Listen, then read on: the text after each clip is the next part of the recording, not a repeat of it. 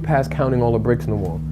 I done read every story that's been on the walls. I done looked at every crack. I stare at the paint so much I can see the paint strokes in it. I'm so bored in my bed that I just sit there and squeeze my body besides all the inanimated fantasies of murdering the CO who's at my door every day harassing me. This is Mualimmak-ak. He served 12 years in prison before getting out in 2012. 5 of those in total were spent in solitary confinement, which is used in prisons across the country as a form of punishment and as a means of keeping dangerous inmates away from the general population. 5 writes about his experience in solitary in a new book called Hell is a Very Small Place, which is composed of essays by people who have been in solitary or are still in solitary now. For most of us, spending 23 hours a day in a room by ourselves is unimaginable. For people like 5 and his friend Terrence Slater, who was released from a prison in upstate New York just a few months ago after spending more than a year in solitary, it's a memory that never really goes away. If you sit in your cell and you worried about the time, you're gonna lose your mind in there. Because then you start thinking about what this person's doing. How's your family? How's your daughter? And you can't help but think about it, but you try to limit the amount of time that you focus on that by doing all these different things, puzzles, all type of stuff in there. Get soap, start making figurines out of the soap. You don't know what it's like to be in that cell. You don't know what it's like to hear people screaming, mad. This isn't something that we could easily just take a pill and erase. Often, I have dreams of officers coming in my cell. 2 major things happen in solitary. 1, sensory deprivation, right? Where you have no sound, where you have sight, where you have limited abilities to run and articulate your brain. There's also another thing, which is human validation, which plays a big part. Imagine being in your cell and the only person who can give you toilet tissue, bread, water, food, medical services, everything that you need down to a shower. Imagine those services and those things done by somebody who's trained to ignore you. Does it feel different a year in than it felt at the beginning? Totally. Does it feel... Your body's deteriorated, your facial hair annoys you, you don't know what your face looks like. You get so tired of talking to yourself, you start talking in your head. Solitary is strategically set up so that human beings trapped in cages next to other human beings can't have a system of communication. Absolutely. Every cell is not diagonally across from each other, it's on an angle. In order for you to kind of hear a person clearly, you go to the corner of the door.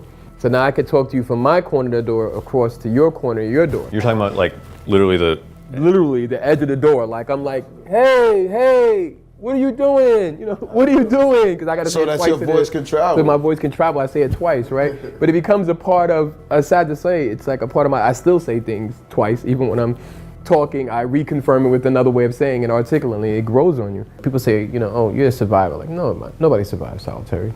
After completing one of his bids in the box, Terrence was given a job in the prison mess hall, where he was responsible for preparing meals that would be sent down to people in solitary. It's Friday, macaroni and cheese and fish day. I'm feeding the brothers that's in the box. Civilian came and said, Slater, you're gonna have to level those scoops. I said, listen, I'm not gonna do that. I just finished doing a lot of time in the box. You're not gonna force me to starve these brothers. So naturally, not to get other additional trouble, I went and scooped the macaroni and cheese in there without leveling the scoop. They gave me a tier 2 for that. That meant more time in isolation. 5 and Terrence told me story after story like this, describing the vicious cycle that kept pushing their release dates from solitary further and further back. First time I did 90 days, but I ended up getting an additional 90 days because I came there, I didn't have any magazines, and we got a technique called fishing. So I shoot a pair of cards out from under my door with a line attached to it to connect with my other man who got the same contraption, get a magazine from him.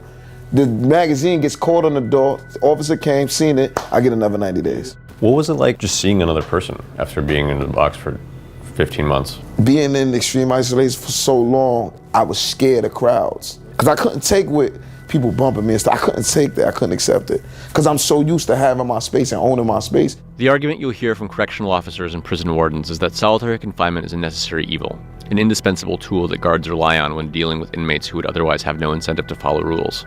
But even if you're willing to accept that there's no alternative, it's become clear that prisons are relying on solitary way too much and subjecting people to it too readily. Solitary is arguably the most extreme form of punishment our justice system metes out, and it makes little sense that prison guards can decide more or less unilaterally when it's appropriate. How do you maintain a sense of who you are? You don't. You live off of your memories because you have nothing else to accumulate to move forward. And then you end up having this short-term memory disorder, which is a part of the consequences of being in solitary, where you can't keep one train of thought for too long. And then you're dropped off in 42nd Street, Times Square, the biggest tourist spot in the world, with 20 million computers. It's a sensory overload. How did it affect you? I mean, this just happened to you. Like, you got off that bus in Port Authority. I felt something I haven't felt in years. I felt fear. Because I'm out here. I'm seeing how this is moving. People are walking dangerously close to me. I'm not used to that. I'm used to being in myself by myself.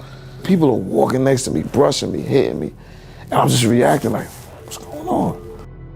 In 2015, Five started the Incarcerated Nation, an organization that focuses in part on providing newly released prisoners support as they transition back into society after experiencing solitary.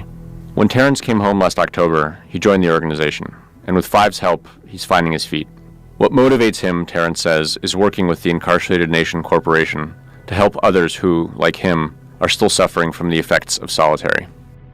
I'm beginning to realize that I'm bad off, but I can't utilize that as a crutch for me not to do what's necessary. You see what I'm saying? I have to put all these things that can trip me up on the back burner because I have to do what's absolutely necessary for brothers that's coming out just like me, so that they don't have to feel fear when they come into the train station. They can see somebody like me standing with a sign with their name saying, look, bro, you're welcome here.